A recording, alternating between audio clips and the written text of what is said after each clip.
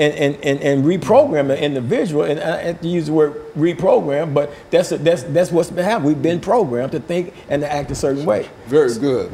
And so, Reverend Campbell, so that's what we're trying to do, reprogram them. Is that what we're trying to do? It is. You know, when you look at a body, the body dies if the head is not there. And if you can cut the head off, or you can take a person's mind, you can control their body.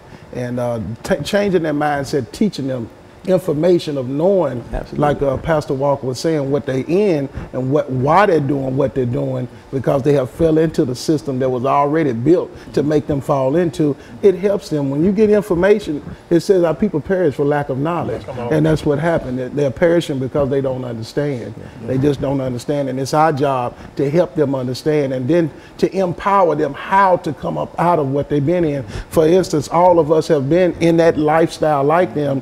Who better to empower you than somebody that already been there? We can tell you God first. That's the main thing. We couldn't have never made it without him. But not only that, your own determination to say, I want better, I can do better. The mindset of the little train that thought he could, he said, I think I can, I think I can. They have to keep on going at it, because life will continue to press you down, but you have to have a mindset of saying, I never give up, I won't quit, because there is better for me. Brother Williams. Yeah, I definitely agree with everything they're saying. It's very good. And what I see, Dr. Haney, is a lack of education. It's been the root of the problem ever since slavery. They didn't allow them to read, and the Bible was a main thing that they kept from them. And they found that, you know, understanding, if we can keep them out of from a knowledge of who they are, then we can give them who we think they are, you know, and they'll adapt to that.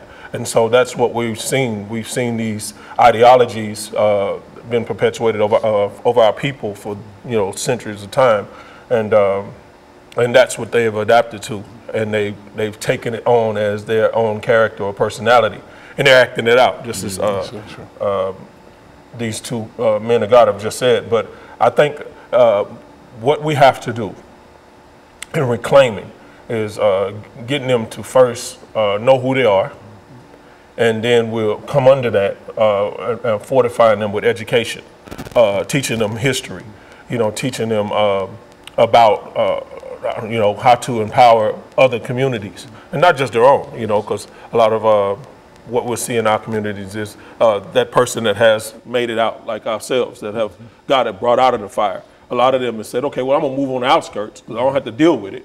You know, I don't have to get involved. You know, God saved me, praise God. You know, so, but what we need is to empower, just like they said, is those that have been awakened. We need to go back. You know, the Bible even says that when you've been restored, go back and strengthen your brother.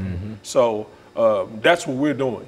And we need people to band with us. We need people to band with us to help empower and educate and to reclaim our young men.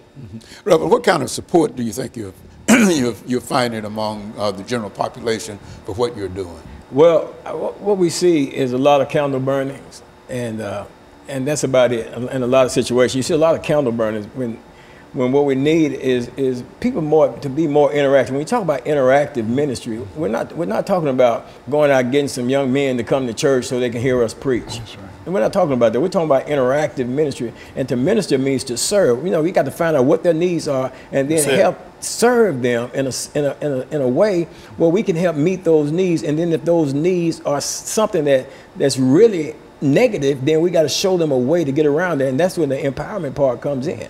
But you know, it's going to take community involvement. It's going to take families involvement. It's going to take the mother that's raising these children to take a firm stand, you know, and get the information, seek the information, and understand if I got a weakness in an area, go find it, find the strength so I can be strengthened in the area, because my children, and especially my sons' lives are at stake if I don't do that. And then we got to tell the fathers that if you impregnate this girl, then you can impregnate her. You can't run off and not take care of the child and then complain when she takes you through child support. You know what I'm saying? There's got to be a system of support, and it's got to come from all areas. And it's got to come from the church. It's got to come from the school. It's got to come from our being involved in the school. We have to show up in the schools.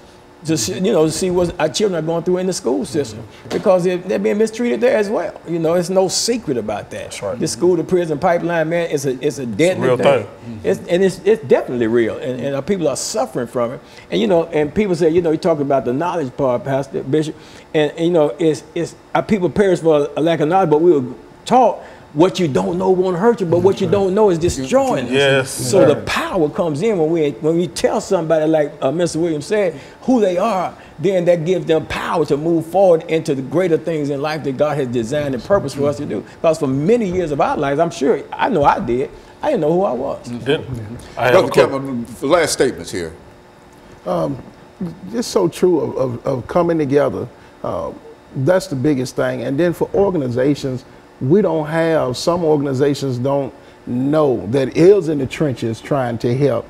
They don't have the information because others keep information from them. Everybody got to be willing to pour into each other and to help each other with information. We might be reaching them one way, but we need to also help provide a job for them. And we need people to share that kind of information. And let me thank the three of you, Pastor Walker and Reverend Campbell and Reverend Williams, for coming by and bringing that excellent information. And I think that if we simply sort of follow things and pay attention to what you're saying, I think that we might be able to move. And let me, of course, encourage our audience to tune in again next week for another informative edition of Comments. Thank you and good morning.